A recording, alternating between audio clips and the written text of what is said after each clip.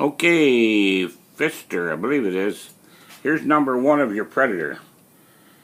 They were messed up. I don't know if you knew it or not, but one of these, I believe this one, had a homemade aluminum metering block. It's very nice machining work, but it did not work.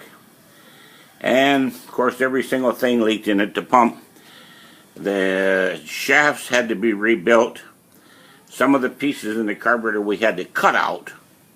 So I was able to send you back a couple of the bearings and stuff that we saved, but the rest of it just had to cut them out, replace the bearings on the shafts and so forth. Anyway, we got her going, and here's a video.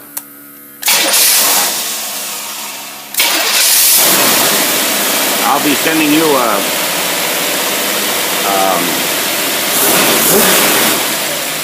quite a bit of difference, ain't there? You said you could get by with about 1,000 or 1,100. Well, there it is. Probably with a stronger spring, you probably get by with even more than that.